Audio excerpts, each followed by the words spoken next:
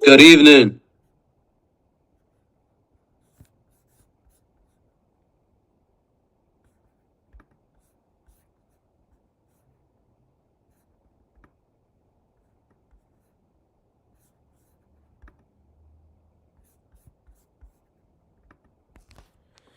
Hello, good evening, guys. Gonna give a couple minutes for everybody to join, okay?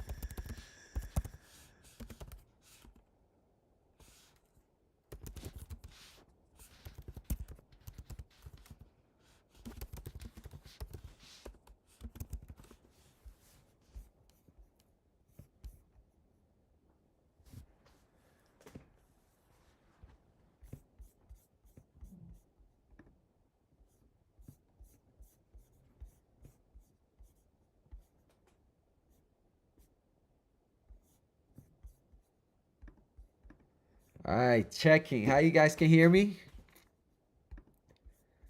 Yes, sir. Fantastic.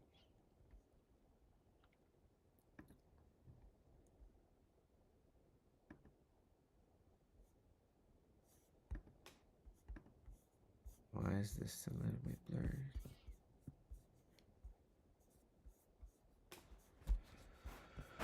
All right, let's get it started. Welcome, welcome, welcome. Couple minutes, 8:32 here.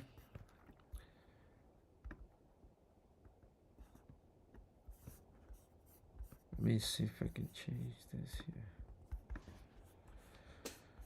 Where you guys joining from?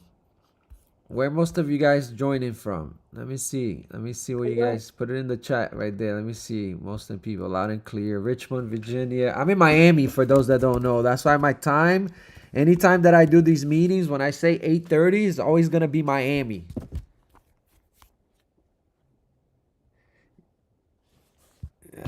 Toronto,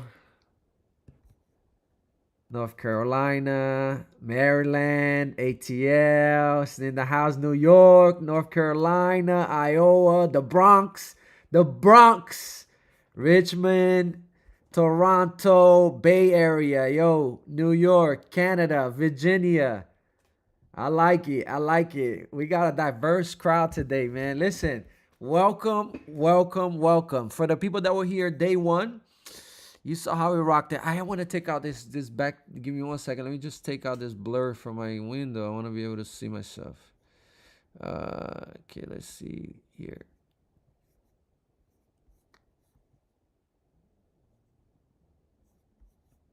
All right, let me see. I'm blowing my background. There we go. There we go.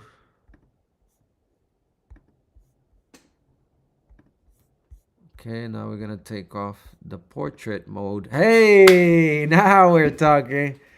Nice and clear. All right, man. How we living today? Let me see. Let me see. Can you guys hear me okay? All right, perfect. So today is day two of Trappathon, right? So if you guys, some of you guys maybe didn't come to day one. Some of you guys maybe had to leave or whatever the case might be, and the live ended a little shorter. That's why I decided to move it to the Zoom today, right? So it's gonna be a little bit better on the Zoom. We're gonna go a little longer, and here you guys can And you can make questions on the comments. I'm watching it. It's gonna be a little bit better for everybody. Um, if you missed day one, in day one, which we're talking about, a few of the basic things that you need to understand when it comes to money, right? We're pretty much talking about how it was created, and how how they don't teach us about money. How some of the basic things we need to know about money, how inflation and risk and things like that. We talked about Roth IRA. We talked about investing. We're talking about 401k, right? We talked about risk a little bit, which we'll touch up a little bit more today. So today, day two, Trap. What's gonna happen today in day two? Day two, everybody here already should know at least, right? So there's 27 of you here. Everybody in here should have what we called yesterday the freedom number, right? Which was the number, the amount of the amount of money that you have to make in order for you to get your freedom back, per se. Even if you're a business owner or if you're a 9 to 5er, right? Mostly is for a 9 to 5er, right? But a business owner too, because like I said yesterday, just because you're a business owner doesn't mean you're making money. Number one, right? And because you sometimes business, you're the last one to get paid. And two is sometimes you're making money, but you got no time, right? So wealth is a combination of everything together, right? A little bit of time, a little bit of money, and we're talking about yesterday about the four burners, right? That you have family, work, leisure, and then in money or something. I don't know what the four are, but it's like you can't keep all the four burners on all the time and have enough gas to keep it all going, right? So that's where the planning comes in. That's where knowledge comes in. That's why getting into the right rooms comes in. And that's why it's crazy to me that I see on the internet people saying like, oh, don't buy this, don't pay for that information. And it's crazy to me because I get it. There's a lot of scam going on online, right? So you have to find your little tribes, but there's pockets of people online with real good information. And if they have a community that they're required for you to be part of it, to pay something, I would, and this is not that, right? Like there's all these 5 lives.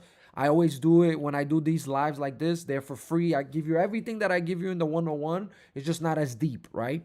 And I give them on this life. This is worth a lot of money, right? And I do it for free because I always like to educate. So find people that you connect with, right? Because even sometimes people have the information, but if you don't connect with them, you're not gonna learn anything, right? Because it's not your vibe. So what I recommend is find those type of people and then spend a little bit of money to get closer to them. Because if you're in high school and you want to get into the varsity team, you're gonna talk to coach, right? You'll have a coach. If you wanted to get better surfing, you go ask a surfer to give you private lessons. I go and I teach. I take my son to get. I want him to be way better at soccer because he's Brazilian. Duh, Brazilians gotta be fantastic at soccer, right? So I was good at soccer. My son needs to be good at soccer. So what I do, I go and I pay 101. I have a coach and 101 lessons, and they get better. And that's why these are 101 lessons, right? That we need to put together, so that we can get better, right? But you're not gonna get 100% in the first run,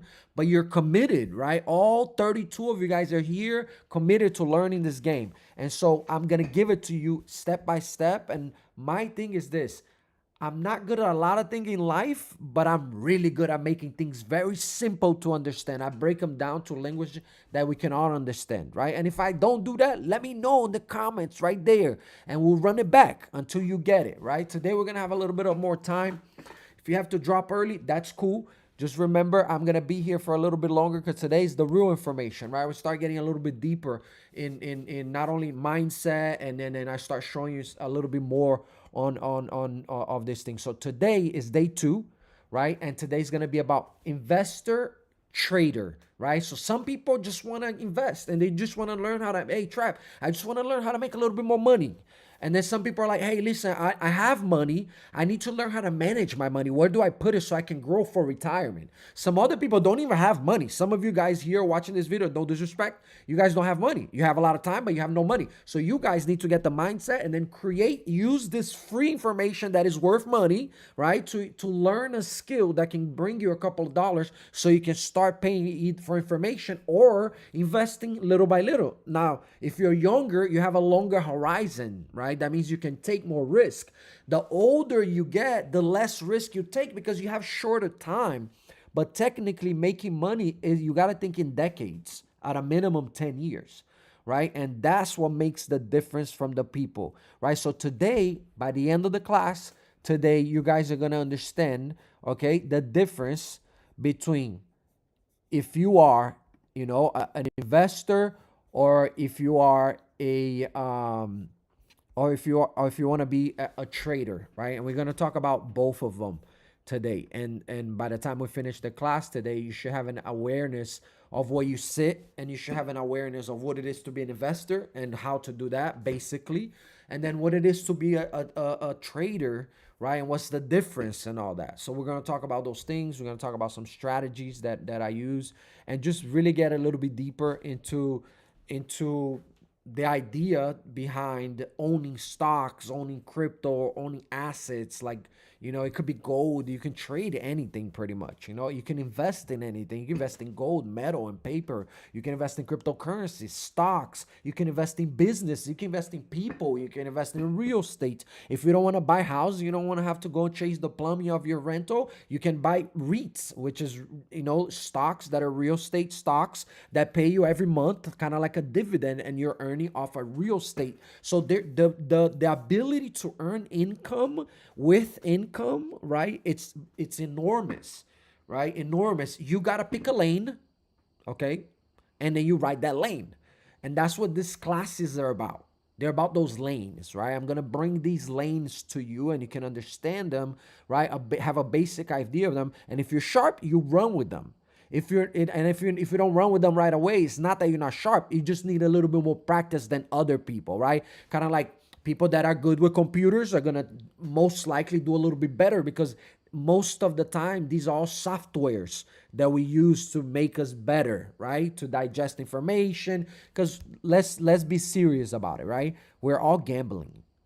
These are gambles, right? Some gambles are a little bit riskier than others, right? But this is all gamble, right? Whether script, you don't want to gamble, this is not for you, right? This is not, bye. Yeah, because I won't be serious with you, right? It's not financial. I'm not giving you financial advice. I'm literally giving you the play that I learned, that gives me a few dollars and allows me to have my entire time. I do with my time what I want most of the time, right? Obviously, I got, my son and things that are happening, but like I do that because I was able to find an income to replace when I quit my corporate job, right? So for those people that are new here, my name is Michael, okay? My friends call me Trapp, right? And I'm Brazilian, live in Miami. I have kid. I've been here all my life, and I worked the corporate ladder. Got my degree here in the U.S. I used to work for a big company called Sprint. When they were sold to T-Mobile, I had a chance to get a package and go away. This was around 2020 when we had the pandemic. I cashed out my 401k, went all in on like stocks and crypto back then, and I couldn't find places that were reliable information, so I started Trappaversity, and I wanted to to like show off like my road to like making $1 million, and I haven't gotten there yet. I gotten close a few times with crypto. It's very volatile, and I spend a lot of my net worth is in crypto, so I'm okay with it because it's a long-term situation, right? So that's what I do. So now I try to share a lot of this information that I get online, right, in a way that makes sense to a lot of people from beginning, right? I like to get people to begin. I like to show you guys there's opportunities, right? You don't have to stick to all of them. That's like reading a book. You don't need to read all these books and memorize all of them. You just need one memory or one idea from that books, and then you apply that idea. Actions are louder than everything, right? So I'm gonna share my screen here. We're kind of gonna have a little bit of a tell me when you guys see it. Let me see. Let me make this bigger here.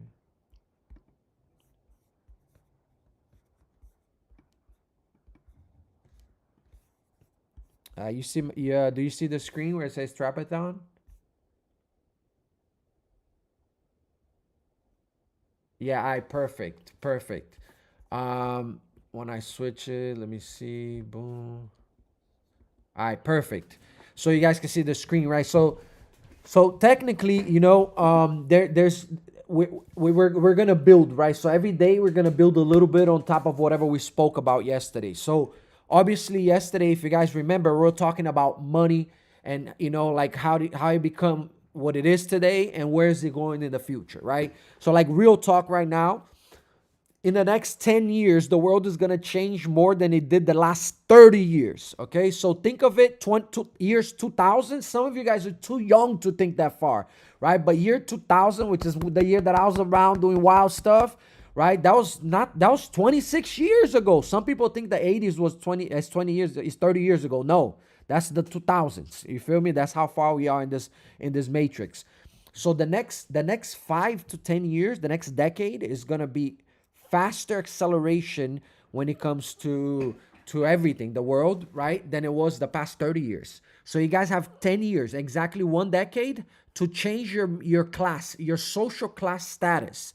After that, it's going to be almost impossible for you to do it because the AI, the automation, and all all this shit that is going on with the blockchain, that's going to remove a lot of possibilities for the regular human. It's going to be very hard to compete, okay, with these machines for a regular job. So if a machine can do it, your job is a threat right now.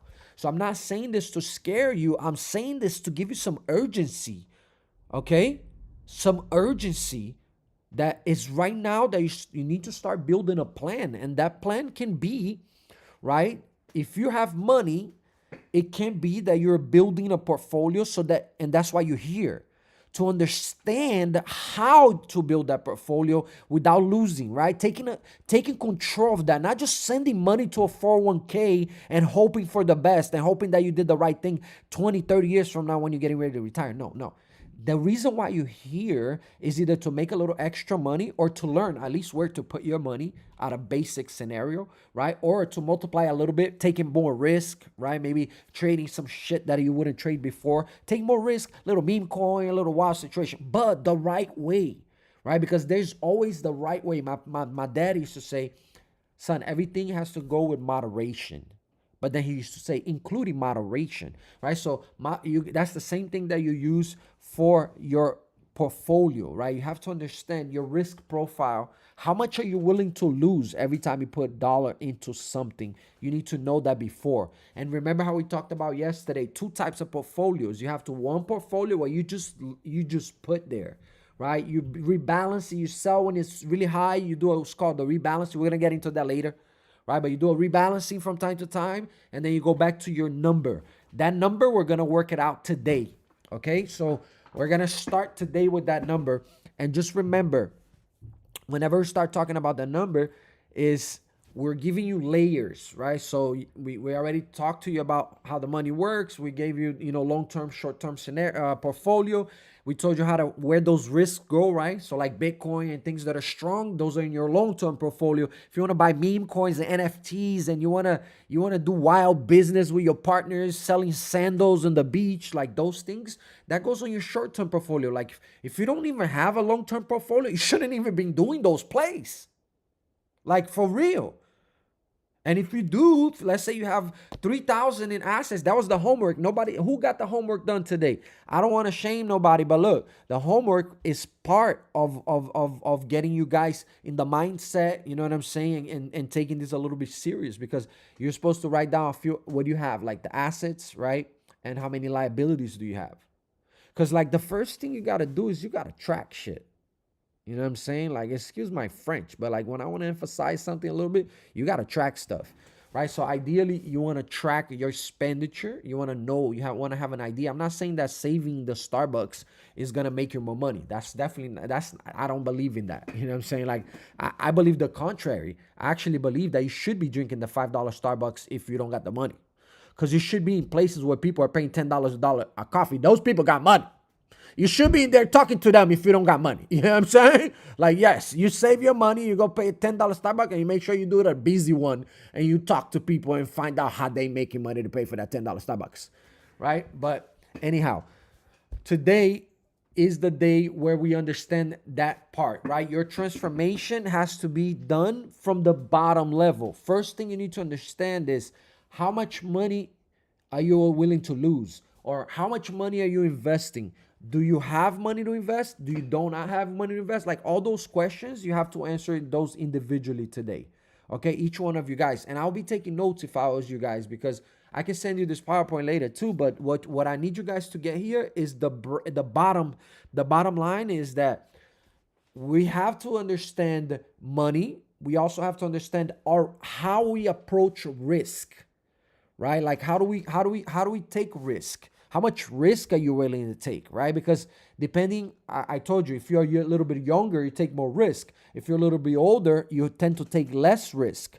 And the reason for that is because you have more bills, you have more responsibility, you have shorter time for the compounding to happen. So long story short, you have to understand where you sit in this game, okay? Where you are.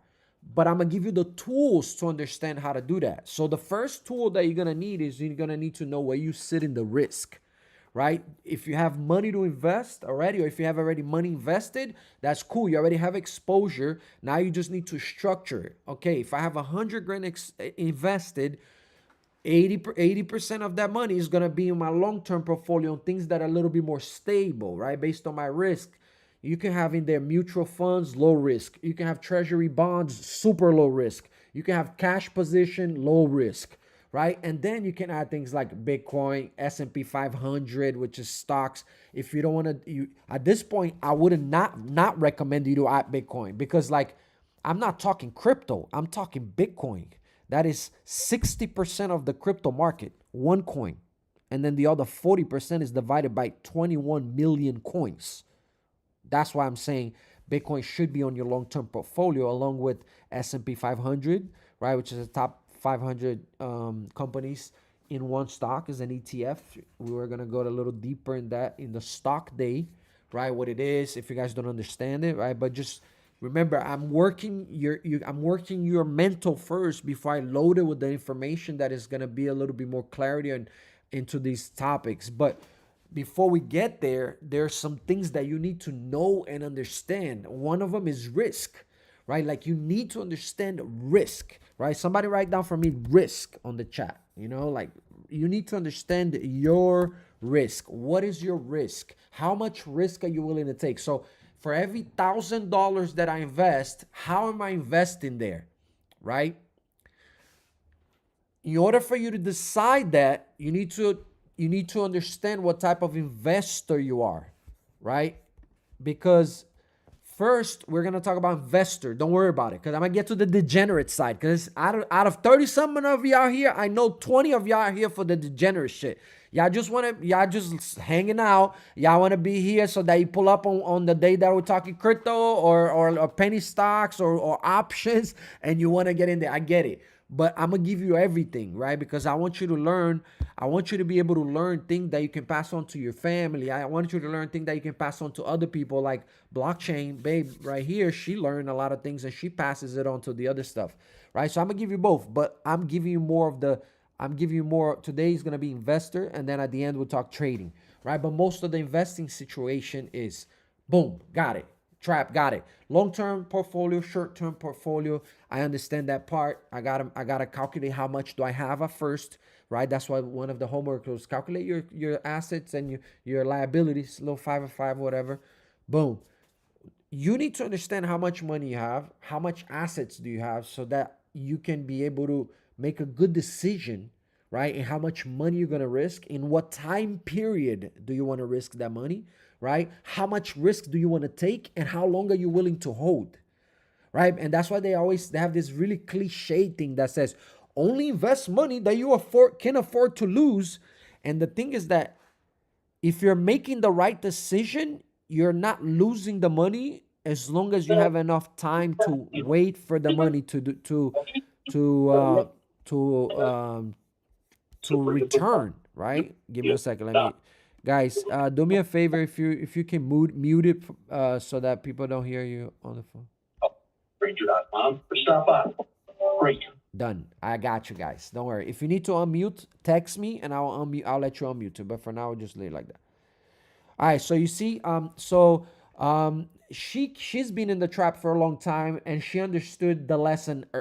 She understood the message early, right? accumulate as much assets as possible. Hopefully those assets are Bitcoin and some type of stocks. If you like a lot of risk, you can buy the actual stocks, little Apple, little Tesla, little Amazon, little Google, you know what I'm saying, the top, you know, the big dogs, right? Or if you don't want that much risk, you can go for the ETFs. Ideally, what I'm trying to tell you guys, and there's a ways to invest your money, or there are ways to make money by flipping these things. So if you don't have a lot of money, that's okay. You need to hustle a little bit more and make a little bit of extra income. So I'll say like, yo, don't even touch nothing until you have like at least $1,000 to play with, right? Because with $1,000, I wouldn't even be trading or investing, right? Because my idea is consistency. I don't like the people that DM me and say, I got $10,000, bro. Where did I put this $10,000? And I don't. If you did this, I'm sorry. I didn't want to make you sound like that, but you sound like that. You feel me? Like it's not about the $10,000, bro. If you think it's about the $10,000 or once and when you're gonna flip it, you're already lost. And you're in the wrong channel. That's not the Trappaversity style. Like here, we're making money is boring. Like I'm gonna be quoted long after I die for that. You know what I'm saying? Like making money is boring. You know what I'm saying? It's not that exciting. Yeah, there's some people that put $300 on a meme coin and they fucking make $1 million. Yes, of course. Just like there's people that hit the lotto, but that's not common. So don't get caught on the hype. I'm just saying, do the rice and beans every day. My mom says it. Do the rice and beans well, and then everything else is gonna be follow that, right? So like that's what I'm saying. So understand financial markets. What do you want to invest in? That goes with risk, right? How much risk do you want to take? And when I say that, there's 3 types of investor, okay? Does anybody know the 3 types of investors that are there? I'm gonna put it on the text for you guys, okay? So it's the high risk investor, okay? There's the moderate risk investor, and then there's the low risk investor. Right? So if you had to choose one of those 3, you have to choose one of those 3, where do you think you would fall? Answer that right now for me. If you're shy, you don't have to put in the comments, but you need to put this in your notes. Like, where would you fall? Are you low risk? Are you a moderate risk? Or you're a high risk taker? Right? So Louis said he's a low risk. You know what I'm saying? A moderate for Rob, Ashley moderate, Joe. We got moderate, low, high risk. Sadly, Remy, I fucks with you. At least you honest about your degeneracy, dog. I'm with you. Moderate, Jesse, Katie, moderate. I see. Cynthia, low risk. J-Mac, moderate. I made an account for risky play. You see? But you see that she understand that. That's why you could tell she be here a long time. Rosa understand. Everybody can be degenerate and moderate at the same time, right? You can take a lot of risk. You just can't do it with your entire bag, you know, because the number 1 rule of the trap is protect the bag. And then the second rule of the trap is put the bag to work unless it violates rule number 1, right? So then you can't do it. And Steven said he's a moderate. So that's good. So now, mean prefer high risk, real high risk. That's heart attack, high risk, Joe. Okay, very high risk. And you can have a high risk. What I'm saying is this: you can have your cake and eat it too. What I'm preaching is that you cannot have your entire cake in meme coins. And if you have $10,000 right now in XRP, because XRP army is going to be worth 10 grand, or if you have your whole money in Ethereum, because Ethereum is going to 10K, like you're doing it wrong. You get what I'm saying? Like, it's not about that. It's about purchasing constantly, right? David said he's low risk, right? And that's a good thing too, because the low risk is you still can set up that portfolio to give you a good return, right? As long as you mix some low risk stocks, some low risk options, you know, that are a little bit safer crypto, and you can even throw some metals in there. So what I'm saying here is that once you understand what type of risk and what type of investor you are, now you can start deploying your money smart. It makes no sense for me to come here, talk about how to buy stocks and sell stocks, press button, sell button, number goes up, number goes down, press button. Like, anybody can do that. Everybody can tell you guys that. Like, you don't need me to tell you that shit. You know what I'm saying? Like, anybody can tell you that. What I need you to understand is why press button. Why number go up? Why number go down? You understand? Like, that's the shit that a lot of people out here are not really teaching, you know, because they don't really want you to learn that. You know what I'm saying? They want you to stay there like dependent on them. You know what I'm saying? That's not how it is. That's not how it should be. So now that you understand, right, that you need to have a long-term portfolio and a short-term portfolio, now you're going to attach low risk, moderate risk, high risk to those portfolios. So obviously the long-term portfolio in there, right? If the long-term portfolio you want to do low risk there, now you're going to have to split that portfolio. And this is how it goes. I know when it gets to math, people get a little crazy. So I'm going to keep it very simple, okay? Think of it as a dollar. Okay, if you had a dollar in your hand, think of your portfolio, your long-term. We're not talking about short-term portfolio. If you are talking about short-term portfolio, let's get that out of the way. Trapp, what size should I be doing between my portfolio, my short-term and my long-term? Let's say you had just for easy math, let's say your entire portfolio was $1,000. Okay, I'm right here, $1,000. Hey, Trapp, my entire portfolio, everything that I own is $1,000. You got to divide that $1,000 based on your risk. That's your portfolio. So if you had $1,000 and you're saying, yo, Trapp, I'm a moderate, okay? So that means that $500 out of that money should be in things that are low risk to moderate risk on the long-term portfolio. And then the other 50% is divided in two. 35% on things that are moderate risk, right? But short term, that they can give you a little bit more return. And then you should always have 10 to 15% of your portfolio in cash. Who can tell me in the comments right now why you should always have 10 or 15% of your portfolio in cash? Put it in the comments right now if you know. Who knows why? Let's see. Anybody? Emergency, liquidity, because the bank can be going tomorrow. Yeah, so look, hopefully not emergency, right? But that's a good idea. But hopefully not emergency, because that's not what we have this money for. The money that we have for trading and for investing should be just for that. And that's why I'm always against the $10,000 situation. It's not, oh, I have $10,000, where do I put it? No, I don't want you to put $10,000. I want you to put $100 a week, right? Or $100 a month, as long as that's consistent for 10 years. Exactly. Even, you got it right in the money.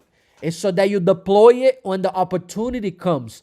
The market melts for 3 months now. If you had a cash position, you could be buying this right here, right now, with the with a cool situation, understanding that whatever money you put in right now in the market, you're already 30 to 40% up, as long as the market just goes back to normal, right? So that's exactly what it is. So your entire portfolio, you should always have the emergency cash. That's apart from what you invest. You should have 3 to 6 months, right, of your bills somewhere, so that if you lose your job, you got 3 months that you can get your life back together. That's first. That's basic shit they teach you, like financial advisors tell you that, right? But we beyond that. Like, if you don't have that yet, you need to work on that, okay? 3 to 6 months of how much it costs for you to breathe, right? You should be put away. And that should be put in a high yield savings account. You should be getting at least 8 to 9% on that. If not, you need to find one, because there are alternatives. And then after you can establish that, now we're talking building portfolio. Like a lot of people here, this time, some of you guys are a little bit older in my age bracket. So we already got a little bit of money established. We're just looking where to put it to grow and how do we make a little extra, right? So if you're number 1 or 2 that I just mentioned, that's what the idea today is, right? Today we're gonna create your persona, where you're gonna have clarity today.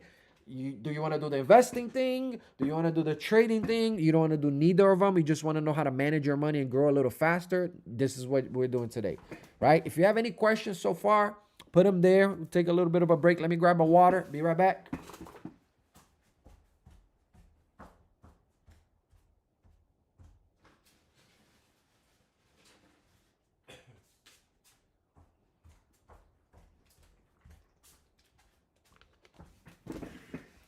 All right, so anyhow, right now that you understand how you're supposed to set up the portfolio, right? So if you're a moderate, 50-50, whatever, 15% should be cash. If you're a high risk, then you invert it.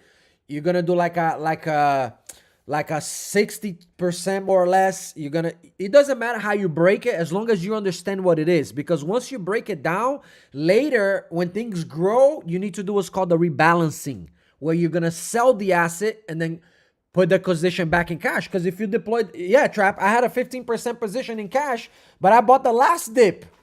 Yeah, and then you never sold any of it, so you never did the second part. Because not just buy the dip. If you're not doing what's called a rebalancing, then you're not doing it right either. We're gonna get into that deeper later. Don't worry about that now, right? I just want you to start thinking on and putting all these pieces together. So now that you understand risk, you understand how to build a portfolio, whether it's long term or short term, you get it.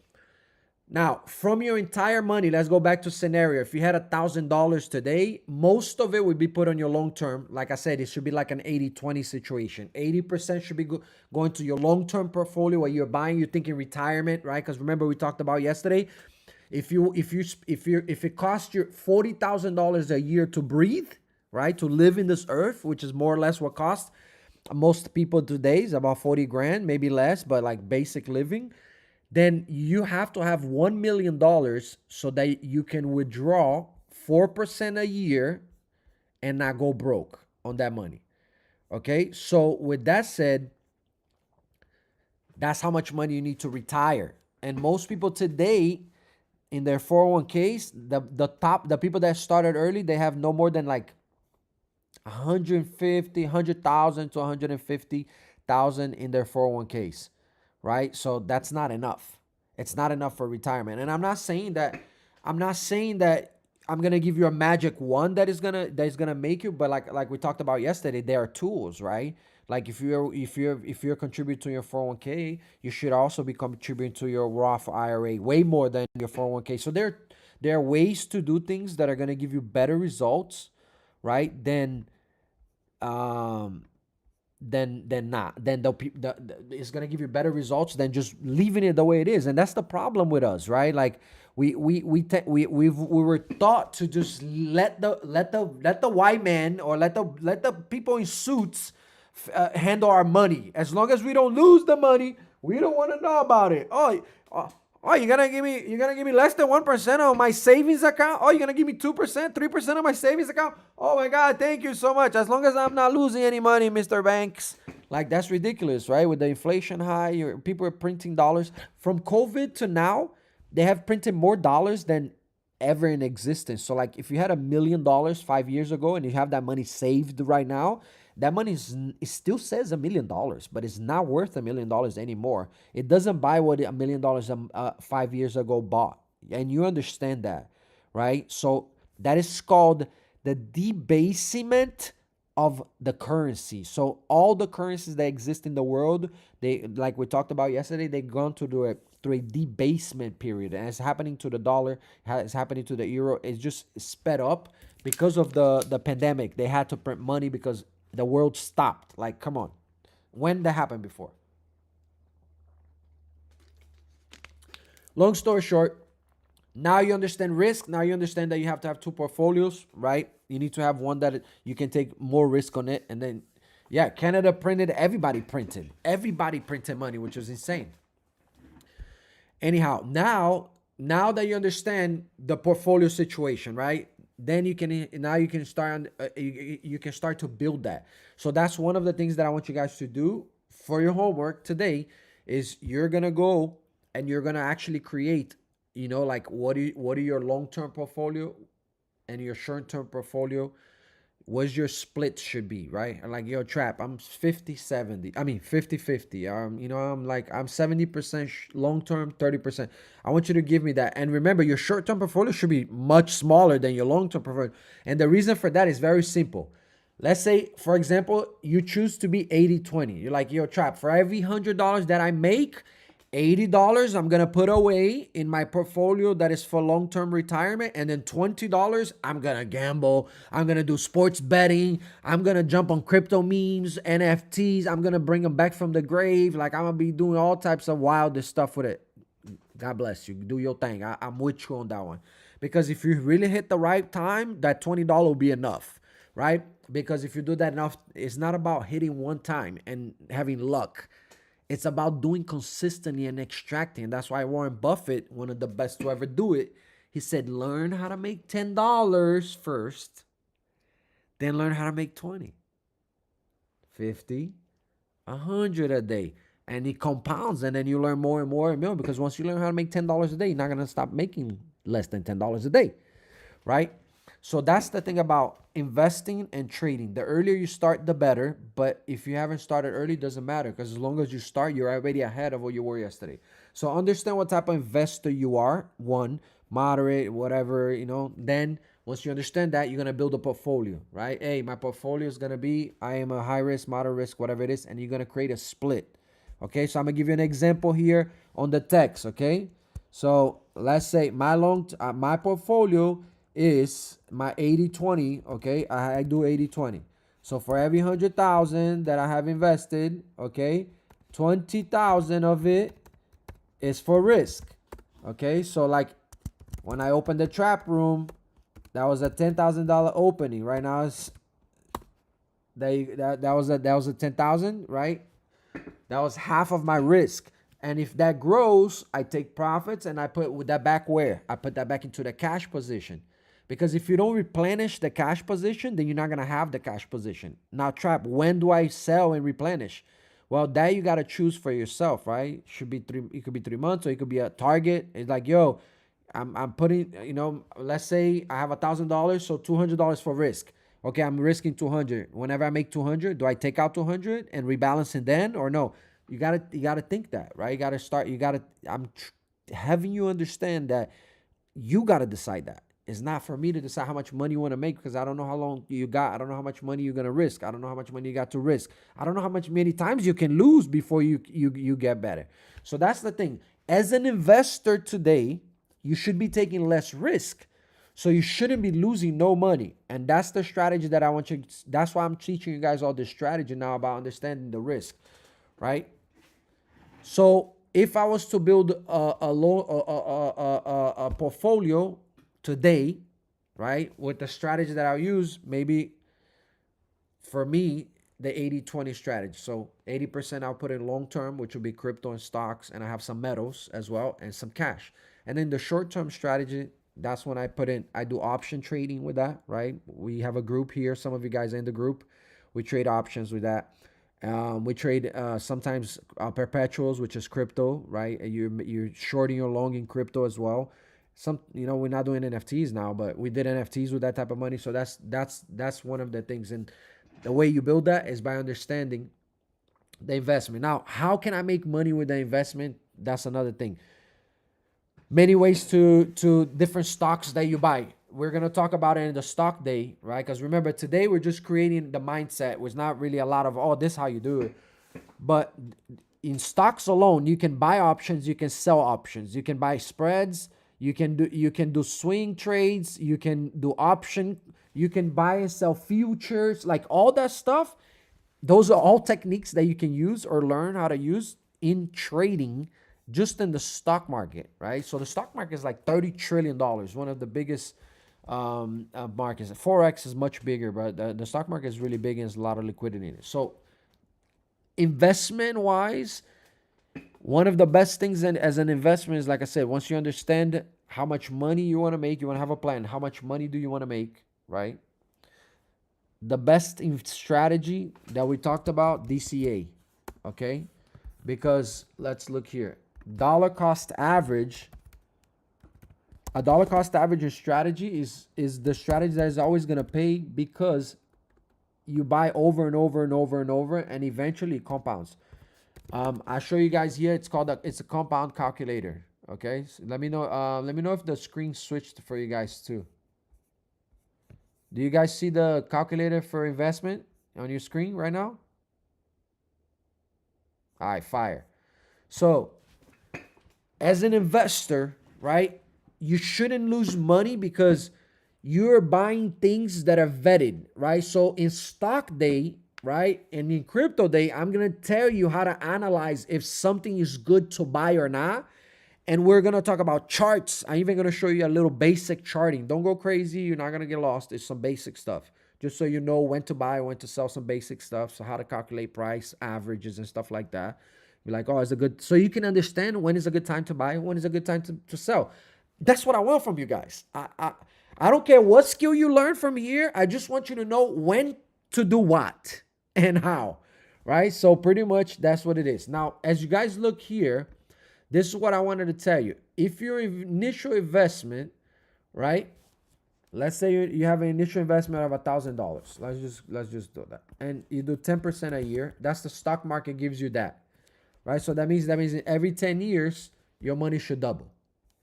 Or at least, look, time and a half. Okay, so if you invest $1,000, okay, on the S&P 500, which tends to give you about 10% average per year, that means that every 10 years you would 1.5 your money back, right? So you get your $1,000 in value plus 1.5, and that doesn't count for, some stocks have something called stock splits, and they have dividends too that you can reinvest. So there's a lot of ways. So the reason why I'm trying to show you guys this here is because compounding is one of the best tricks that exist. So if you want to take a little bit of risk and you don't want to know how, you don't want to have to do a lot of stuff with it, then all you have to do is learn how to find companies, right, that you can invest on and hold on. The best strategy that I give my people that I talk to all the time is, if you don't know what companies to invest in, grab your credit card statement, grab your bank statement, and you're going to highlight all the companies that are there on a monthly basis. And you should own some of those companies, right? If you don't own any of those companies, then you gotta, something is wrong already, right? Because if you're buying the Apple phone every year for the past 10 years and you don't own an Apple share or a QQQ share or an S&P 500 share that all of those have Apple inside of it or is Apple, then you're doing life a little bit wrong. You get what I'm saying? Like, we should start thinking that way, just like my phone bill. So like, I have T-Mobile. I used to work for Sprint.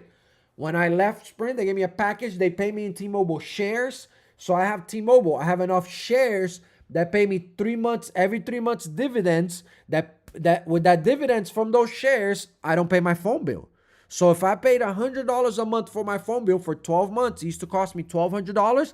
Now I make that same amount of money on dividends, which means that by owning those stocks, I'm getting paid for them. That's called the dividends, right? I'm getting paid for every 3 months, and that pays for my phone bill. So I don't pay for my phone bill.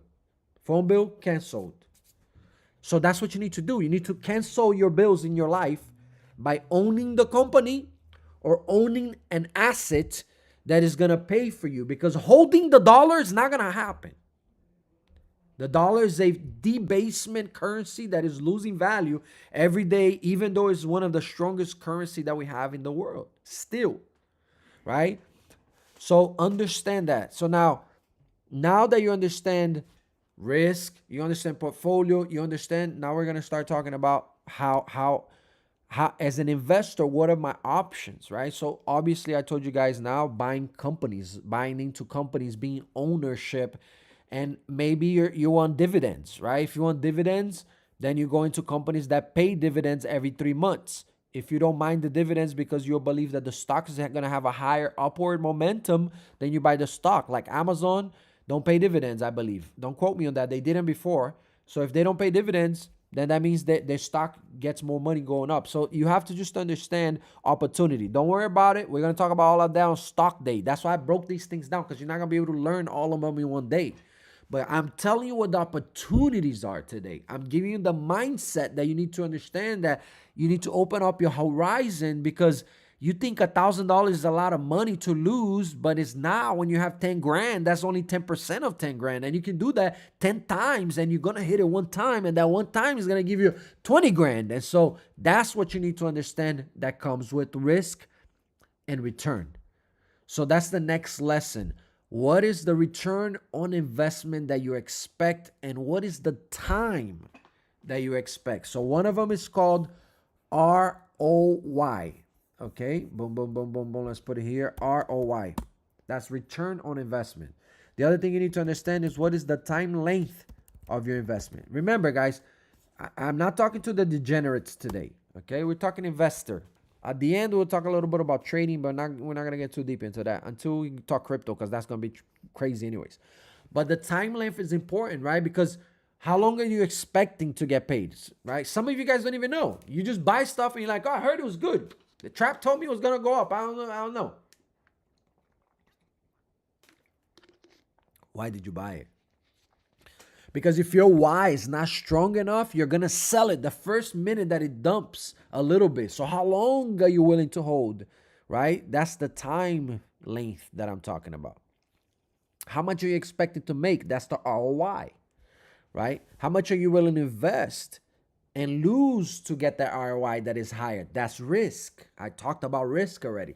So you see how all those things get together, and I know it gets a little bit like maybe a little complicated, right? But I don't want to lose you guys, right? So you see, Rosa's into stocks. And that's what I'm saying. You got to try to see what your jam is, because you're going to find it. I promise you. And the good thing about this is I'm just giving you possibilities today. And just same thing with stocks. She says stocks, but she didn't even tell you which ones, because that's another thing. I trade stocks too, but I have specific stocks that I like to trade. I like to trade technology stocks. So QQQ, right? We trade Tesla, we trade Apple, we trade some smaller stocks too. Now we've been trading some energy stocks, because I like to trade momentum, right? There's something called momentum trading, where you're following the money and you trade that. So now energy is popular. So there's a lot of money flowing into energy. You know, AI, data center, the Magnificent Sevens, Magnificent 10. Those are usually technology related and, you know, have a lot of liquidity on it. So I like it, right? Now, as an investor, right, that's one of the things you're going to have to understand. So going back to what it is, what is an investor? How do you choose? What lane do you want to operate on, right? So risk, how long do I have, right? If I'm in my 40s, if my 50s or my 30s or my 20s, how long do I want to have? So in my long-term portfolio, how aggressive do I want to be? Because if I have 30 years, if I'm 20 years old right now, I'm investing 70% on my, I'm investing like 60, 70% on my short term, right? And 30% on my long term, just very conservatively, right? But if I'm getting a little older, if I'm in my 40s, I can't do that anymore. I can't take 70% risk, because if that goes to zero, right? Wake up and Satoshi is Trump, and everybody hates Trump, and it goes to zero. My entire portfolio goes to zero. I can't do that either. So as you get a little older, then your portfolio should be a little bit more conservative. I'm not saying you shouldn't take risk. And you can be 100% degenerate on your short-term portfolio. But what I'm talking is long-term, right? So if you have a shorter time for it to grow and compound, then you need more safety than actually risk and growth. Does that make sense? Tell me if this is making sense for you guys. If you're starting to put the puzzles together. Right? So understanding the markets, you got to know the difference between trading and investing.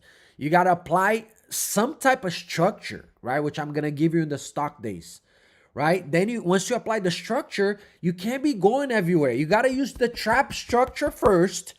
And if it doesn't work for you, then you go Pepito and then Juanito. What you can't do is, I use Trapp strategy, then I Trapp lines, and I'm gonna go with the strat with this guy, and I'm gonna go with this. You can't do that. It's not gonna make it for you. And after you learn one strategy, then you can make your own jam. I'm pretty sure Rosa learned a little bit from me, but now she does her own thing. She telling me plays. You get what I'm saying? So like in the beginning, it's like when I didn't know how to dance salsa, right? I wanted to learn take salsa lessons, and I learned how to dance salsa, but I had to get from the beginning. So then now I put my own way of dancing. When I go to the dance floor, I do my own thing. I make my own spins, whatever. But I had to learn something, right? So apply a structure, because that way you can fix it. If you just buy meme coin and any stock that you heard your barber talking about, or Trapp said, or you saw a reel on TikTok, and you just throwing money and you have no strategy, like you're not gonna get a Picasso out of that. That's not how Picasso was made. You feel me? Like that's not how you make abs.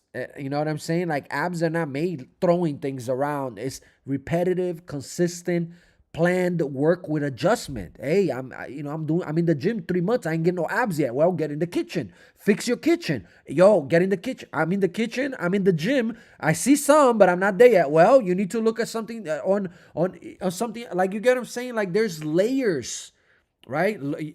There's layers to the things that you need to do. So the structure is important, and I'm going to give you my structure, how I do things, right? And then you can spin it to yourself later, but understand that. Then execute. You gotta at least execute the strategy over and over and over for a little bit so that you can understand it, right? Before you can put your own spin to it. Then you build a follow personal trading plan, and that's important, right? In the beginning, it's important for you to do that because you're still teaching your subconscious, your nervous system. You're teaching your insider, right?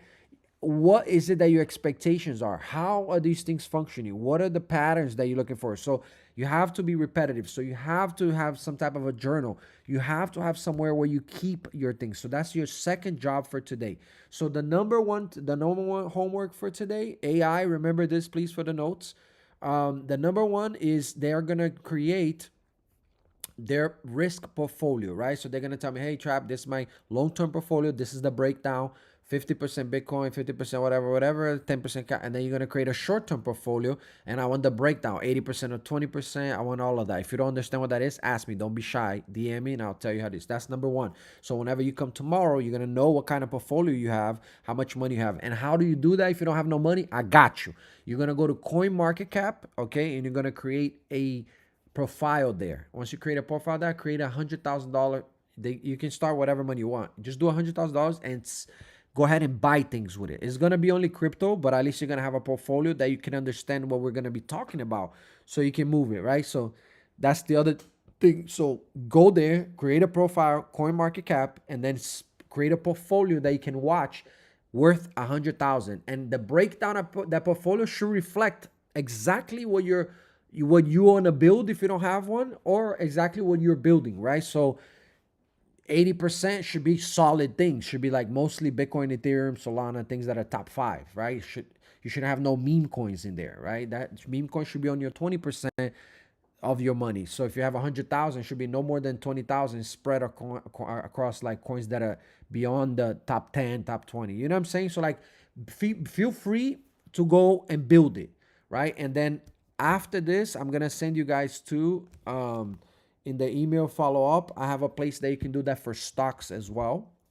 And so you'll be able to have that as well to build like a kind of like a paper trading portfolio. Okay. Now you're gonna understand, once you did the homework, you're gonna have, yesterday you did liabilities and your assets. Okay. Today you're gonna do your portfolio. How big is the amount of money you have? So if you have 100 grand as your homework, it's gonna be 100. Okay, 80% of that should be long term, and then 20% of that should be short term, and you're gonna buy accordingly. And remember, out of that entire 100%, 10 to 15% should be cash. So you should be able to come tomorrow and be like, yo, I left 10% cash. Da, da, da, da. So understand that, because I want you to build that, right? Exactly. We did the Roth IRA yesterday as well. But all that, right, was strategies, and now we're talking about investment. So Roth IRA was the beginning, right? So that's Roth IRA, 401ks, also treasury bonds, right? If you want safe investments that you really don't care about, you just want a better than savings, then buy treasury bonds. You're not gonna have any heart attack. You're not gonna have zero thrill. If you're a low risk investor, treasury bonds, mutual funds, and get yourself some S&P 500 and some cash. That's about it. You know what I'm saying? So like, you really got to understand. So that's your homework. Figure out what type of investor you are. Okay. Build your long-term and short-term portfolio. Go to CoinMarketCap. Build your crypto thing there. Okay. And then once you're done with that, then tomorrow is another day. Now, here we are. We are exactly about 1 hour into this. I'm going to continue to go because I have some more sauce to give, and we're going to go a little deeper today. Feel free to jump off if you want to, if you have to go. I know it's a precious time with the family as well. And I'm going to, as always, for the people that were here, I can provide you the copy of it so you can continue to catch up before you see the next one for tomorrow. All right. But I'm going to continue anyways. So maybe for another, I don't know, maybe 20 minutes, and see how much more I can show you guys. But now we understand, right? The idea of what we're trying to put you guys onto, right? It's a transformation where you're understanding these pillars right here. There's 6 pillars that are gonna help you, right, become a person that able to make better decisions. I'm not saying you're gonna become an expert in trading or you're gonna be like, a brain. Like, no, just by having a basic understanding of this is gonna help you with your experience level, right? Is gonna teach you what your learning style is. Maybe you're more visual. Maybe you need better breakdowns. Maybe you're gonna learn more when you actually see this and take some notes or go Google it or ask ChatGPT about what Trapp said, right? But ideally, I want to improve your mindset on even if you can just learn a few new words from showing up to these lives, I won. Okay, I won.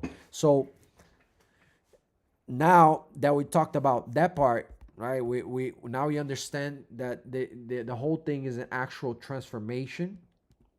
Here, let me give you in the mindset. So like all we really need to understand is that the first part is how the markets work, right? Like stock markets, we're gonna get into all of that. But like the first part we just get to understand is how things work, right? The foundation, this is when anybody here has ever sat with a financial advisor before? Anybody? So when you no, okay. So when you go to a financial advisor, they say like, oh, you're supposed to only take like 2% risk. That's why they really don't advise you to buy crypto. They usually give you like very safe ETFs, like maybe VOO or something with low cap and low charges. And it's very structured, right? They have like very structured way of telling you how you invest your money. It's very, very low risk. It's very safe. It's kind of like your 401k. So ideally, what you want to learn these basics for is that I promise you, just by learning some of the things that we're going to be learning here, especially on stock day, you're going to be able to do a better job than your 401k in returns, right? At least to understand that, right? Sherm said a long time ago. Yeah, it's not a common thing. But the reason why I brought that up is because they don't teach you how the market work. They teach you what they think is best for your money, and then they apply that without explaining max because they don't want to have to explain you all that. But ideally, you want to understand, and that's why the homework for you to understand and the breakdown of the portfolio, so you understand what it is to spend 100,000, build a portfolio, and see. There you go. My job does, and I beat my own phone. You see that? You see that? And it's not really hard to beat your 401k returns. It's really not. I promise you. Because look, the best returns that you get on a regular investment like the S&P 500 is a benchmark. It's 10% a year. Okay? I can show you how to get better than 10% a year. And Rosa is here. Rosa, can I show you how to get 10% better than 10% a year? Yes or no? Right, so that's what I want you guys to understand. But before we get there, right, you need to understand what you see my screen, right? You still see my screen? You need to understand right here what's long term, right? What's you got to understand what's investment, what's trading, how much risk, what's no risk. Where are some of the you're gonna have to have some type of methods, which I'm gonna give you mine, and then you identify which one you like the most, and you continue to build. Look at this. 600%. That's what Bitcoin. Yeah, you never stop buying. That's the beautiful thing, and that's why I told you guys dollar cost average. If you guys never hear from me again and you never learn nothing ever again, just buy $10 every Friday for the rest of your life of Bitcoin, the S&P 500. That's it, and you retire with decent enough money. So anyhow, now that we understand investor, right? There's multiple ways. I'm not going to be talking about all the ways. I'm only going to be talking about some of the things that I do myself, which is stocks, right? Let me go back. I do stocks, crypto, and put it here.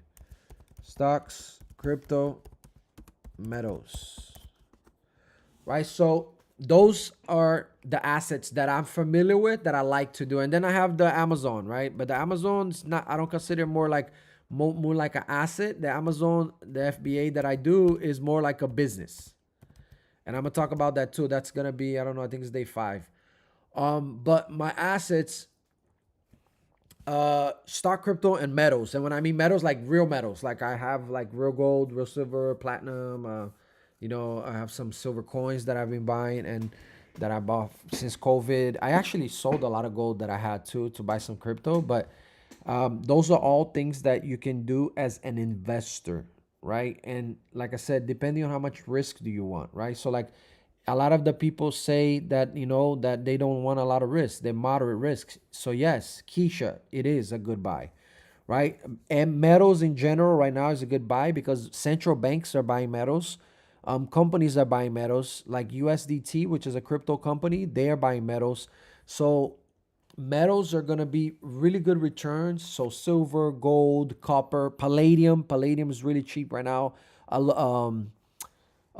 Platinum is a good price right now. These things are going to continue to raise because not only they're metals and they're trading, right, but they're used on the day to day for machines, for AI, for electric cars, for electronics, right? Cheryl, DM me and I'm gonna send you a link for you where you can buy safely where I buy mine. I don't like to diverse it like in public because I don't want him to get bombarded. But yeah, and so these are all investments that you can make, and they are fairly safer than buying stocks, right? My sister and my mother actually bought some crypto because I pestered her about it, right? But my sister is not into that. She's not into stocks. She's not into crypto. She's into real estate and gold. So she owns a couple of houses, and she bought some gold from me in when we had the pandemic. So she owns gold because she likes to see it. She touches it. That's real money for her. Her houses, she can see it. She can touch it. Some people are like that, right? So that's what I'm saying. Like you have to know what is your jam. Then you can become an investor, right? You have to know how much risk do you want to take. Gold right now, gold is a little bit high, so it can lose a little bit of its value. So it's still a risk too, but it's lower risk than buying maybe like stock, maybe buying a stock that the company can go out of business. So metals, those are the investments that we were going to be talking about today here. Technically, it's the ones that I feel like I can actually speak on with authority, right? Which will be stocks, whether it's going to be options trading. We're going to talk about options on stock days as well.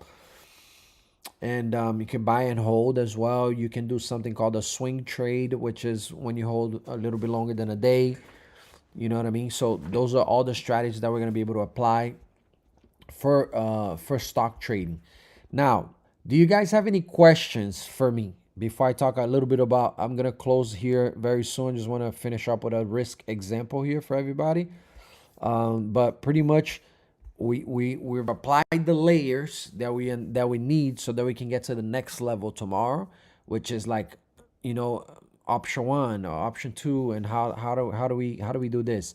But pretty much, what I have here for you guys to see is an example of the risk that I was talking about. Okay, on the screen right now.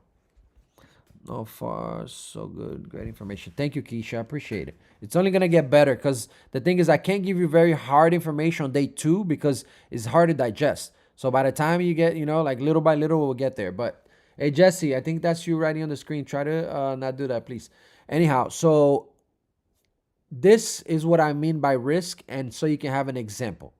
You see on the bottom right there, it says your account size $5,000. That means that if you had $5,000 invested, your risk per trade should be 1 to 3%. Okay, I put 1% here just to be the basic, but anywhere up to 3% is okay. Okay, so technically 1% of 5,000 will be $50, right? And then the stop distance should be $2, right? So that your position side will be $50 divided by 2, so 25 shares. So don't make it complicated. This is very simple. If you have $5,000, that's all you have invested. Okay. First of all, that $5,000 should be broken up into short-term portfolio and long-term portfolio. So 20% of it, okay, that's $1,000. That goes to short-term portfolio. You can trade options, take more risk, buy stocks that are penny stocks that could blow up tomorrow. You can buy crypto that are pennies that could go higher. That's for you to lose and take as much risk as you want. And then the other, that has to be safe, because if you lose this 20% one time, you can lose 4 times again before you're to zero. That's why it makes sense. So if I lose 20% one time, I still got 80. I lose another 20, I still got 60. I lose another 20, I still got 40. So you gotta make real bad, like a lot of bad decisions before you blow up the portfolio. But because a lot of people don't think or don't have that idea, they end up not doing, they don't get those results, right? So let me see here. So that's one of the things, right? So that's the example I wanted you to Terry. Now, some of the mistakes that a lot of people do, that now we're moving into a little bit of the trading side, right? So if you wanted to be a trader, that's a little bit different than the investor, because a trader is a person that takes risks. So think about trading as like sports betting. Think about trading as like gambling. It's an odds game, and it's about analytical. And at the end of the day, it doesn't matter how much information you have, the market still can react in a total different way. Or something like a black swan, which is an event that happened that is unexpected, can happen. And no matter how good you are, you're still gonna suck, right? So that's why you have to have a strategy, and that's why you have to have limits. This is the limit, the risk per trade. So that's why that was for you to understand to build your regular portfolio, but you need to understand this on another level. This is the reason why a lot of traders are not profitable, is because they don't have a risk profile where they know how much they can lose, or they know how much they are going to lose before they get into a trade. Let me give you an example.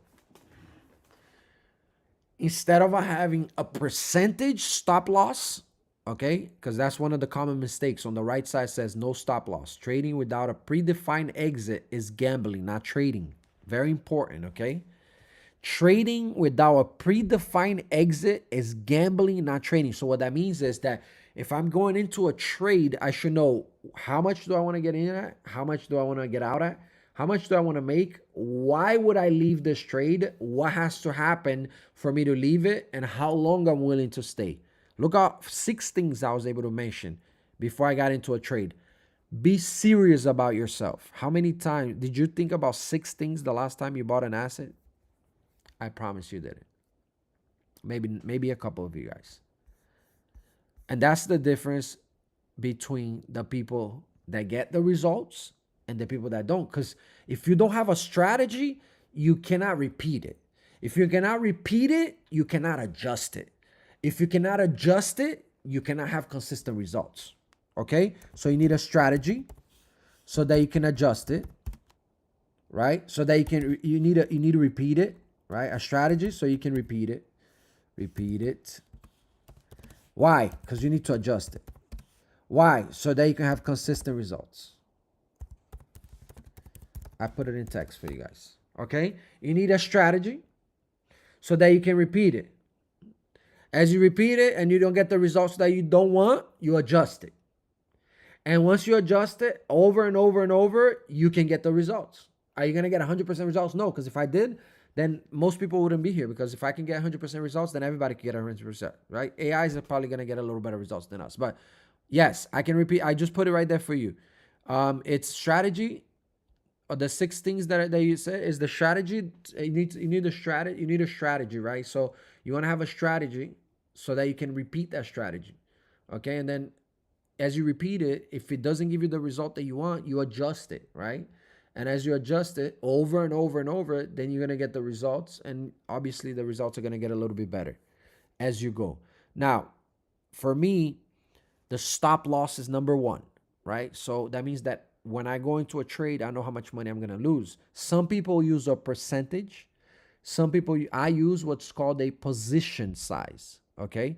So the maximum I will ever lose in one position, in one play, is anywhere between $500 and $600. Sometimes I get a little crazy and I'll throw like $1,200, which is insane. I rarely do it, but it's like, if I'm feeling crazy, I'm feeling like Timothy, I'll do it, right? And sometimes I get burned. It is what it is. But the reason for that is because, let's say if I'm trading with a $25,000 portfolio, 10% of that is $2,500, 5% of that is $1,250, 2.5% of that is about $600, okay? That's why for me, I trade a half position or a full position. Let me explain what that is. When I get into a trade, whether it's an option, whether it's a meme coin, whether it's an NFT, whatever it is, I'm gonna spend either half position, which is $300, or a full position, which is $600. That's the maximum I'm gonna be, unless something changes or whatever the case might be. I think I want to go a little bit heavier, but that's more or less what it is. Okay, and so you should have that too.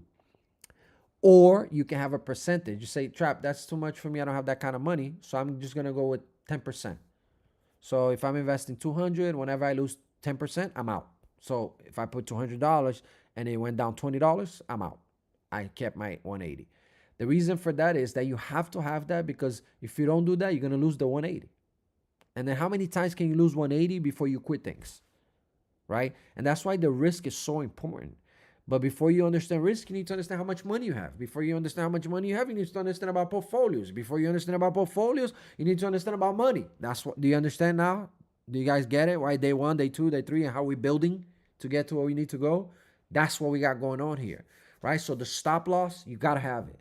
And the stop loss is nothing more, nothing less of how much money am I willing to lose in this investment. If you're going to open a restaurant, you're going to know that. Hey, I have 100,000. If this costs me more than 100, I'm closing the restaurant. Then why? You know what I'm saying? So you have to be aware of that. So you have to have a limit, right, when you're trading. So remember, we went from investor mentality. Now we're talking about trading. We're not talking investment anymore. Stop loss, right? Oversizing positions, another thing that a lot of traders do wrong. When that means that you put too much money into one play. Like you have $10,000 that you can play with, and $8,000 of that is like on your 401k, and you have two grand on your bank account, and you got to pay rent with that. And you throw 2 grand in a meme coin that because Trapp said it was going higher, so you're gonna get the money doubled overnight, and you're gonna pay that back, and you're gonna pay the rent. Like just you already lost. Like that's called oversizing position. Your money that you should be putting, if you don't have money to trade, you should be investing so you can grow the money to trade. You should be doing something called a swing trade. Right? Whenever Apple drops $50, whenever Tesla drops $50, you know how many times Tesla dropped $50 in the past, I don't know, 100 days? Let's check. Look at this. Look at this, guys. Oops. My bad. So, 1 second. Let me not get distracted here. What I'm saying is this. If you don't have the money to trade, because you're going to lose money in trading. The only thing is you got to lose a little bit, and then you got to let the runners run. You got to cut the loss short, and you got to let the runners run. That's very hard. If it was easy, everybody can do it, right? But you're trading against algorithms. You're trading against people that are in Wall Street. Like, it's not that simple. But if you have a strategy, I promise you that you can do it consistently, and you can do better than most people, okay? And all you need initially is 20 minutes a day for 1 year, okay? You guys, anybody here has ever heard of the 100-hour rules? Has anybody heard of the 100-hour rule? Anybody?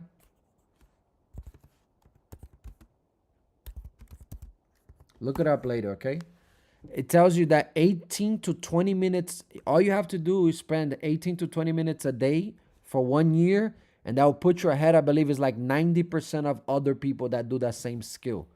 So if you want to learn how to become an investor or a trader, 20 minutes a day, that's all you got to put in. To learn, I'm not saying to practice. If you want to become a day trader, you got to be in the computer 2 to 4 hours a day, 4 or 5 hours sometimes. You got to be eating charts, so it's a process, right?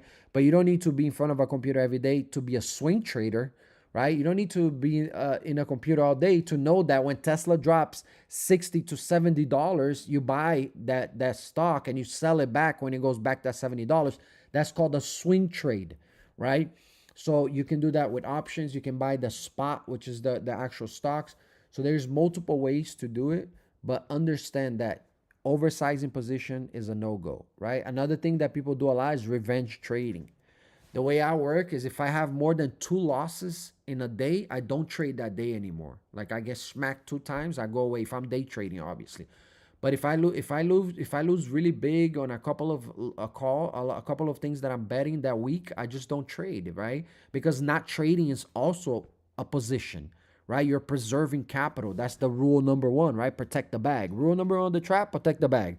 Rule number 2 of the trap, put the bag to work unless it violates rule number 1. Simple. You want to make money? Put it to work. But if it violates protecting it, then you can't do it, right? So then let it do its thing, because money is going to grow regardless if you just put it in the right place and protect it, right? So no revenge trading, no, oh, I lost 200, I'm going to go again with 400. It's like casino. You lost 200 and you're going to go back to the ATM, you're going to pull up another $200 and you're going to go again against that machine and you're going to lose another 200. You get me? It's no fun putting good money into lost money. So no revenge trading. Matter of fact, close the computer, go touch grass, come back the next day, right? Moving stops emotionally. Like, you don't want to move emotionally ever, right? Let me get out of here. Somebody like put me in like draw mode for some reason. So you don't want to trade. Let me see. I don't know how, but I need to get out of this.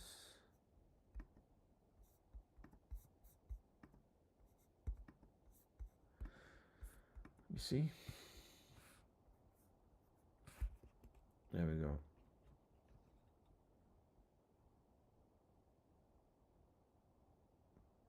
All right, so look, real briefly here, this is more or less like the structure of like trading, okay? Like the first step is like analyzing, right? There's going to be time frame. I'm not going to get really deep into this because I don't want to lose a lot of you guys, right? Because I know a lot of you guys here are more likely fall on the investor side. So I'm just gonna brush over some of these, but if I'm wrong, maybe tell me, right? If you're a trader, put a number 2 in the chart. I wanna see how many traders we got in here, right? But pretty much when you're trading, look, we got a trader, we got Mr. HP in the house, trader, another one, Evan Smith, another trader. We're getting traded, all right, yeah, getting me warm up, yeah, Keisha, trader. All right. Okay, nice. I see you. Blockchain bet trader. All right, so that as a trader, there's some things that you're gonna be paying attention to, right? Higher time frame. As every time I'm looking at a chart, I'm always gonna start at the higher time frame. Why? Because things that happen for months are stronger than what's happening right now. That's why whenever you're an investor or a trader, you need to have a little bit of a longer vision of whatever is it that you're getting into, right? So obviously the time frames, the trends, right, the levels, right? There's gonna be levels that are stronger because they happen on the longer time frame. In the little one, in the lower time. So like if a price stopped, like Bitcoin stopped at 126,000 on the monthly time frame. So that means that whatever happened on the daily is irrelevant until it changes what happened in the monthly. So like these are some of the things you have to understand as a trader, right? Liquidity zones. If you don't understand what liquidity zone is that's what the money flows to, right? Where's the money parked? Where's the people shorting the stock? Because think about it. Who knows why the price goes up and down of an asset like a Bitcoin or like a stock? Why the number go up or down? Does anybody know? There you go, Angelo. You got it. It goes down because people sell and it goes up because people buy. That's why the market could only do 3 things. Anybody can tell me what the market can do? What are 3 things that the market can do? Right? So people sell and people buy. That's 2 of them, right? The market can only do 3 things. Exactly. It can go up, it can go down, or it can go sideways. Right? There you go. Everybody got that. Buy, sell. Exactly. So that's the market. And the reason why the price goes up and go down is because there's something called the pressure, selling pressure, just like there's something called a buying pressure, supply and demand, right? So based on the supply and demand, we get the price. And that is where the liquidity comes in and how much money is flowing into the asset. And that's why like sometimes you buy a meme coin and you won and you may have like $1 million. I have people that go crazy on my DMs like, yo, I got 200 bands in this meme coin. How do I pull it out? I was like, you can't pull it out. There's no liquidity. There's no money. It's literally no money. It's just like a number, but it's no money in there. Right? So understanding these things as a trader is going to happen, like entry trigger, right? Break and retest, risk placement, position size, right? So like these are all the things that you're going to have to start being aware of when you start becoming on the trader side, because they're going to affect the way you perform. Now, there's some things that you can do as a trader that are going to take a little bit less. There's little techniques, right? Like, hey, Trapp, I want to be a swing trader. I got you, bro. Blessed up. All you need is this support, demand, right? This is support. This is high. This is demand. Time frames, 1 week and a month. Buy low, sell high. Have a nice day. We talk next year, right? That's a swing trade, right? Now, somebody that wants to trade meme coins and you just want to go crazy with it, or you want to trade something like a day trade, or you want to do like options, or you want to do futures, or you want to trade, I don't know, forex, right? You want to trade perpetuals. Like there's so many things that you can do. Like now you need to understand all these frameworks that I got on this screen right here, right? You need to understand technical analysis, right? I was talking about trend. You need to understand volume, right? Volume is important. You need to understand RSI, structure breaks. Those things are indicators, right? That you can add. Like my style of teaching, I never teach indicators until you learn supply and demand, resistance, support, like things that are basic, volume, where the money flows. Because I like trend. Look, this is the type of trader that I am, right? I trade trends, okay? I follow money. That's what I like to do, right? I turn the news into money. That's what it is. News equals money, right? So I follow trend. I like to trend the trades, right? I'm not a bearish trader, so I don't tend to short. I don't like shorting markets. I don't like betting the markets. I never bet against the USA. I never bet against crypto. I never bet. I don't like it. I would if it's something clean. If I know the markets are melting, I got clear direction, I'll put some money in it, but it's not my thing. And that's another thing that I understand too. You're not going to be able to trade everything. You're not going to be able to short and long and make money on the way up and make money on the way down. Like you got to specialize in something. You got to get familiar with something. You're not going to be able to trade everything and trade them well, right? So that's why I trade stocks. When I go there, I try to trade things that have high liquidity, right? That's bigger companies, billions of dollars, like stocks like Apple, Tesla. We trade some energy stocks sometimes. I started with forex a long time ago. Cash. I was into this like kind of like a pyramid, and and we trade forex. And that's why I say if you trade forex, you can trade crypto and stocks, and you'll be like a killer. Because if you trade on such a small time frame, because forex you're trading on 3 minute, 5 minute, 1 minute, it's very slow. Like the highest frame that I think a forex trader goes is like 15 minute, and it's kind of like I think to see direction, because you know what I mean. Like it's not something that it's really high frequency trading and in a very low time frame, right? So it's very fast in and out movement. So I don't like that, but I do like futures. It's just futures. You need 5,000 to trade, like just basic, like just to play with it. And I do actually sometimes I signal some future trading in my group. We trade some gold. I do gold trading because it's easy. Futures trading gold, it's not as volatile, and it's been doing good lately as far as the movement. So I do some future trading, but forex I haven't done in a while. I think the craziest I get when it comes to that type of volatility is maybe I'll do like an SPX call, and that's like pretty close to what the forex volatility brings. But no, I don't. The trade that we do with the community on the Trapp room is we do some options tradings. We do some leaps as well, like which is options, but in the futures. I do privately. I sell some covered calls, so which means that's another strategy that I'm gonna talk about too, which is if you own 100 shares of a stock, you can actually sell covered calls. So the same way that people are buying options, there's people selling them. You know what I'm saying? Like at the end of the day, if the number hits, the person sells it, gives up the shares. If it doesn't, he gets to keep the shares, and he gets to keep your premium that you paid betting that the shares are gonna go that price, right? So that's less risk. And I always tell people, if you don't have $5,000 to trade, you should not be trading. I promise you. Like, I'm not saying this to disrespect you, and I'm not saying this to be like a douche. I'm just saying that you don't have enough buffer to lose significantly amount of money and still be able to come back. If you're trading with 1,000, that means like you want to trade options and you got $500, like you're not gonna do miracles with that. You're gonna maybe hit two, and then you in one that you do, you probably lose some money, and then it's just not gonna work. So I suggest that you grow your money to 5,000. So you go on the investor side, right? You buy stocks on the low, and then you swing trade them, right?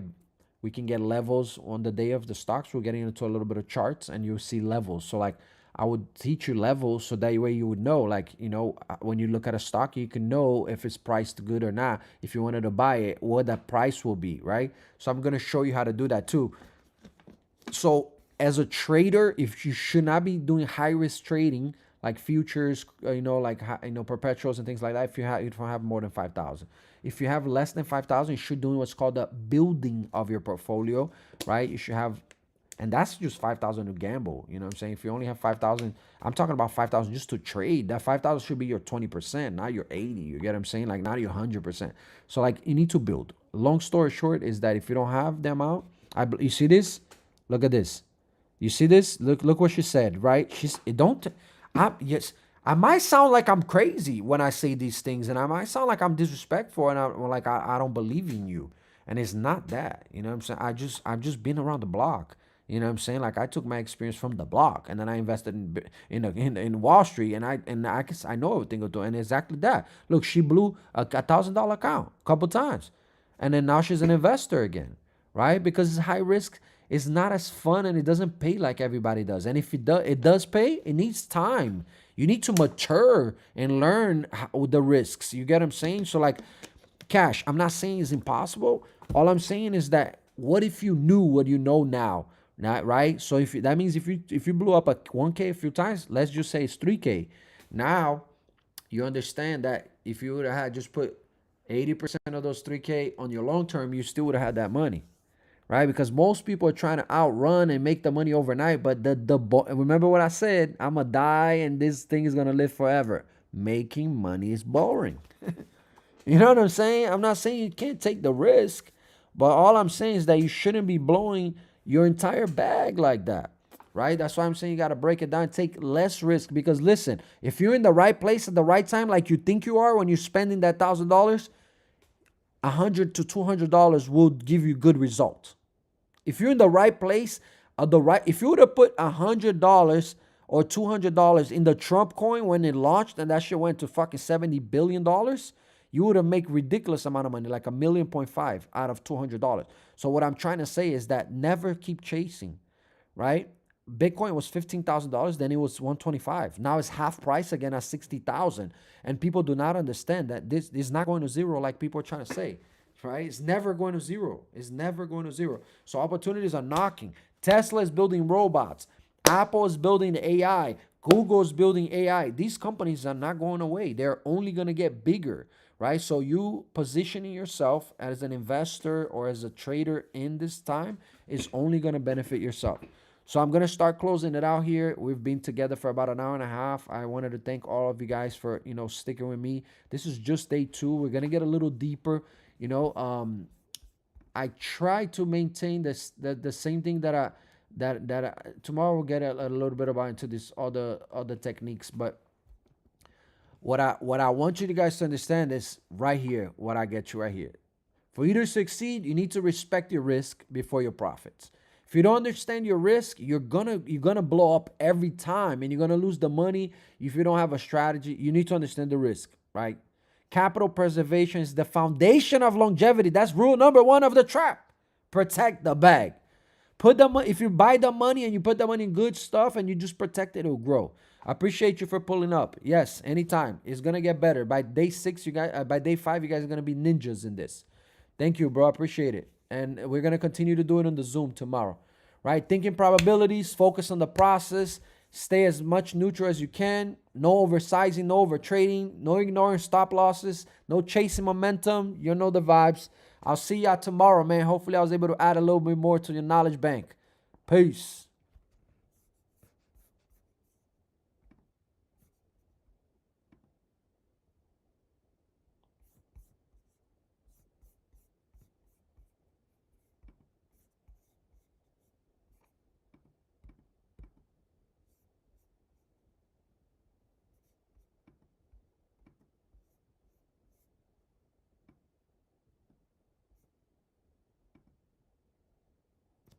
That was fire, bro. So fire.